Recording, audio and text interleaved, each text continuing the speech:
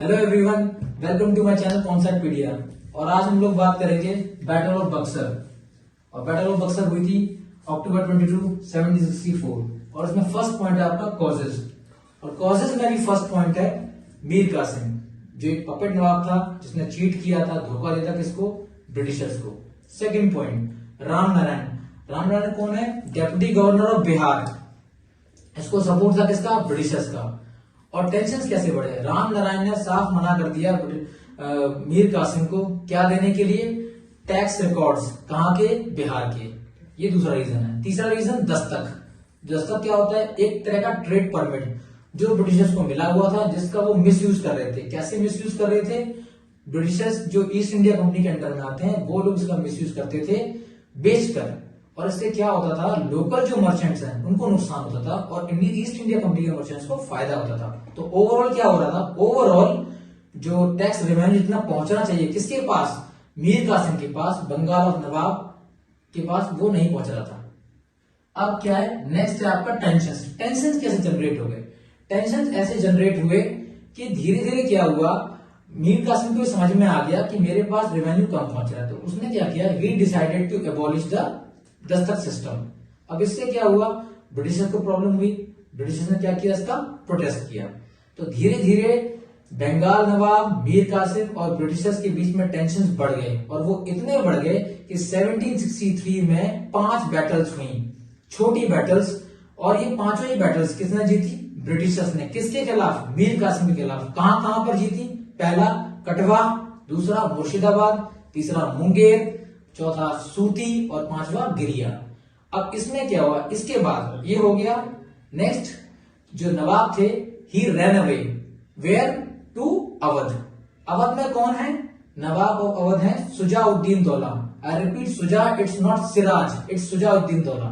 Next Mughal emperor second, Shah Alam second. वहां क्या करते हैं? मीर कासिम एक कॉन्फेडरेसी अलायंस करते हैं। किसके साथ? नवाब ऑफ अवध सुजाउद्दीन दौला और मुगल एम्परर शाह आलम सेकंड के साथ। अब क्या होता है? डेट आती है अक्टूबर 22, 1764।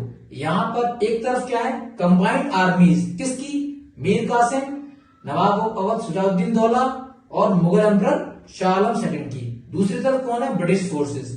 लेकिन ब्रिटिश फोर्सेस जीत जाती है और इन तीनों कंबाइंड आर्मीज को इजीली हरा देती है। इससे क्या होता है?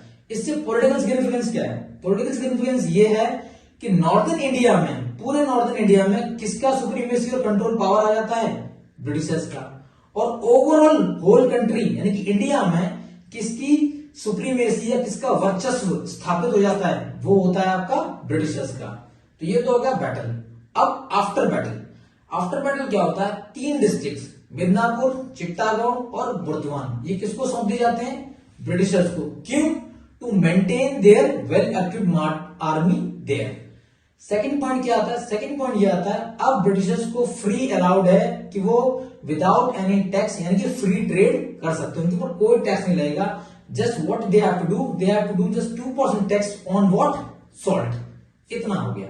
उसके बाद क्या होता है? बैटल हो गया। इसके बाद ये हो गया। लास्ट में क्या होता है? मीर जाफर, जिसको पेंशन पे भेज दिया गया था, उसको, उसकी डेथ हो जाती है। उनका जो बेटा है, माइनर सन, छोटा बेटा, उसका नाम है नज्म उद दौला, उसको बना देते हैं फिर से एक पपेट नवाब। एक्चुअल पावर किसके हाथ में है? ब्रिटिशर्स के हाथ में है। क्यों? क्योंकि उन्होंने एक नायब सूबेदार को अपॉइंट कर दिया है। ये हो गया। आप सभी जानते हैं कोई भी वॉर होती है उसके बाद क्या होती है? ट्रीटी। तो हम बात करें ट्रीटी ऑफ इलाहाबाद, जो कब हुई थी? 1765 में। इसके अंदर भी 2 ट्रीटी हुई है। First treaty Robert Clive represent करते हैं ब्रिटिशर्स की तरफ से, यानी कि फर्स्ट ट्रीटी हो रही है ब्रिटिशर्स और सुजाउद्दौला के बीच में। वो कब हुई है? 12 अगस्त 1765 को। इस ट्रीटी में 3 पॉइंट्स हैं। पहला पॉइंट, इलाहाबाद और कारानाम की जगह ये हैंडओवर कर देंगे। कौन हैंडओवर कर देगा?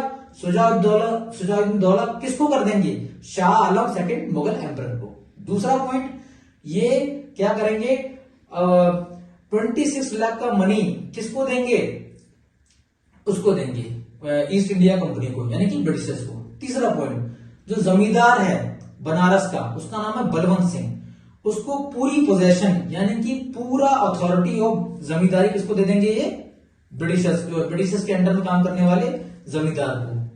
अब आता है दूसरा पॉइंट, एक और पॉइंट, 50 लाख के लिए देंगे वॉर इंडेमनिटी। वॉर इंडेमनिटी का मतलब है एज अ कॉम्पनसेशन 50 लाख रुपए ये देंगे किसको, ये देंगे ब्रिटिशर्स को। कौन देगा, सुजाउद्दीन दौला। क्यों, एज अ वॉर कॉम्पनसेशन, जो भी उनका नुकसान हुआ है किसका, ब्रिटिशर्स का।